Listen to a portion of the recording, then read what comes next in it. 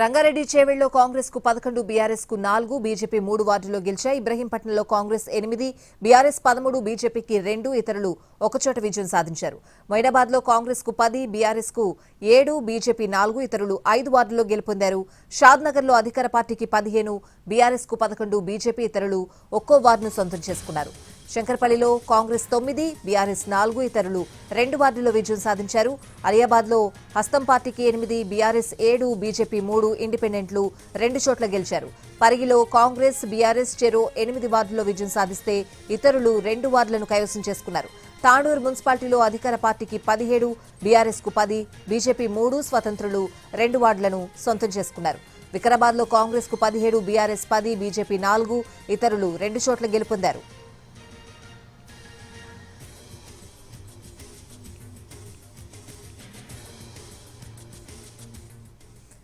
Overall గా updates అడిగి తెలుసుకుందాం. మా ప్రతినిధి సుధీర్ ఫోన్ లైన్ లో ఉన్నారు. సుధీర్, రంగారెడ్డి జిల్లాలో ప్రస్తుతం 10 మున్సిపాలిటీలు ఉన్నాయి. ఉమ్మడి రంగారెడ్డి జిల్లాకు సంబంధించి 10 మున్సిపాలిటీలు. 10 మున్సిపాలిటీలో 5 మున్సిపాలిటీలకు సంబంధించి కాంగ్రెస్ పార్టీ కైవసం చేసుకుంది. ఆ తర్వాత 2 మున్సిపాలిటీల్లో హంగ్ ఏర్పడిన పరిస్థితి అయితే కనిపిస్తుంది. మరొక 3 మున్సిపాలిటీలు బీఆర్ఎస్ కైవసం చేసుకుంది. ఈ నేపథ్యంలోనే ప్రస్తుతం ఏవైతే జిల్లాకు సంబంధించి కావచ్చు, అదేవిధంగా ఆ మున్సిపాలిటీలకు సంబంధించి హంగ్ ఉన్న మున్సిపాలిటీల్లో ఇప్పటికే వాటిని చేజిక్కించుకునేందుకు అధికార పార్టీతో పాటు ప్రతిపక్ష పార్టీ ప్రయత్నాలు అయితే చేస్తుంది.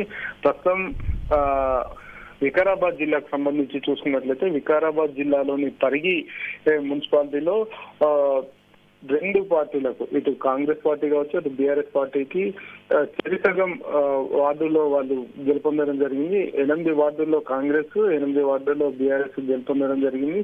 అదేవిధంగా 2 వార్డుల్లో ఇండిపెండెంట్ అభ్యర్థులు గెలుపొందారు.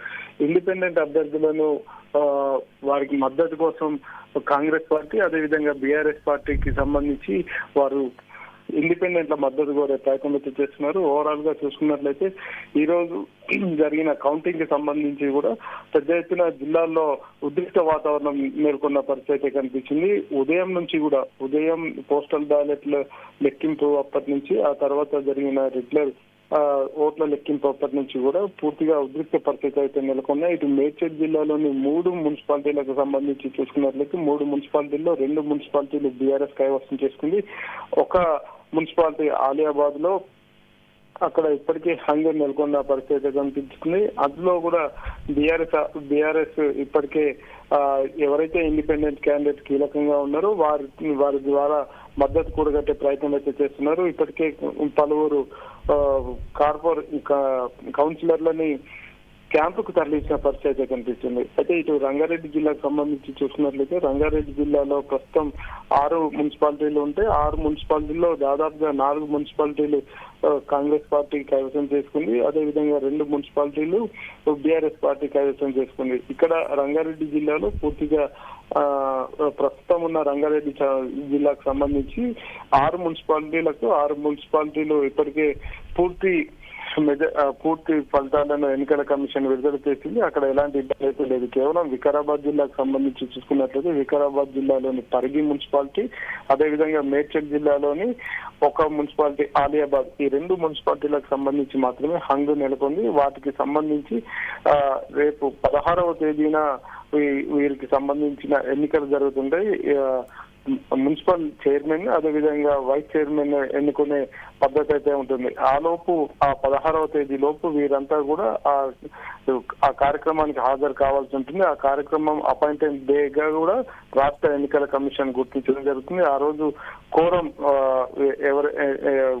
సగం కోరం రావాల్సి ఉంటుంది. అంటే ఎలక్ట్ అయిన వాళ్ళలో సగం మంది అక్కడికి వచ్చి వారు చేతులెత్తి ఎవరికి మద్దతు తెలుపుతున్నారు కార్పొరేట్ చైర్మన్ కావచ్చు, అదేవిధంగా డిప్యూటీ చైర్మన్ ఎవరైతే ఉంటారో, వైస్ చైర్మన్ ఎవరైతే ఉంటారో వారికి మద్దతు తెలిపితే వారిని గెలుపొందినట్టుగా కూడా సూచించడం జరుగుతుంది.